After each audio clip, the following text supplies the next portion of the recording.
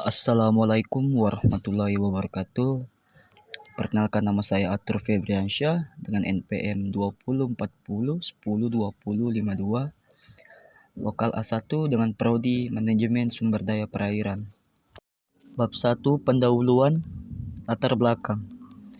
Setiap makhluk hidup telah dibekali oleh Tuhan Yang Maha Esa, kuasa dengan kemampuan untuk mempertahankan hidupnya dan menjaga keturunannya supaya tetap lestari. Tetapi karena keserakan makhluk hidup yang lebih tinggi tingkatnya dan ketidakpedulian manusia akan kelestarian lingkungan telah merusak ekosistem yang baik, telah menjadi hukum alam bahwa makhluk yang lemah akan dimangsa oleh makhluk yang lebih kuat, atau yang kita kenal dengan hukum rimba. Adaptasi adalah kemampuan makhluk hidup untuk menyesuaikan diri dengan lingkungan hidupnya. Ada beberapa cara penyesuaian diri yang dapat dilakukan, yaitu dengan cara penyesuaian diri bentuk organ, penyesuaian kerja organ tubuh, dan tingkah laku dalam menanggapi perubahan lingkungan. Adapun tujuan dari praktikum ini untuk mempelajari adaptasi biota pada perairan tawar, dan manfaat dari praktikum ini adalah mahasiswa dapat mempelajari adaptasi biota pada perairan tawar. Waktu pelaksanaan dilakukan pada hari Sabtu tanggal 29 Mei tahun 2021 pada pukul 09 sampai dengan 11.00 di kawasan Sungai Batu Mapan, Kota Tarakan. Alat dan bahan. Adapun alat yang digunakan dalam praktikum ini adalah alat untuk menangkap biota seperti jaring. Sedangkan bahan sebagai objek pengamatan dalam praktikum ini adalah biota hasil tangkapan. Prosedur kerja. 1. Menemukan biota dari perairan tawar, melakukan pengamatan terhadap biota. 3. Mengidentifikasi biota secara morfologi. Dan keempat, mempelajari bentuk-bentuk adaptasi biota perairan tawar. Adapun klasifikasi capung adalah sebagai berikut: kingdom, animalia, filum, arthropoda, subfilum mandibulata, kelas insecta atau hexapoda, subkelas Tetragota, infrakelas Paleoptera, ordo Odonata, spesies Anisoptera, Zygops. Berikut adalah gambar capung Anisoptera. Morfologi capung (Anisoptera).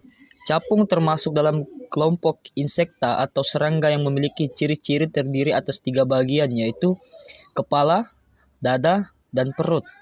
Kepala capung relatif besar dibanding tubuhnya. Bentuk tubuhnya membulat atau memanjang ke samping dengan bagian belakang bertekuk ke dalam. Bagian yang sangat menyolok kepada kepala adalah sepasang mata majemuk yang besar terdiri dari banyak mata yang kecil disebut ommatidium. Di antara kedua mata majemuk tersebut terdapat sepasang antena pendek, halus seperti benang. Mulut capung berkembang sesuai dengan fungsinya sebagai pemangsa. Bagian depan terdapat labrium, bibir depan. Di belakang labrum terdapat sepasang mandibula atau yang bisa disebut rahang yang kuat untuk merobek badan mangsanya. Di belakang mandibula terdapat sepasang maksila yang berguna untuk membantu pekerjaan mandibula. Dan bagian mulut yang paling belakang adalah labium yang menjadi bibir belakang.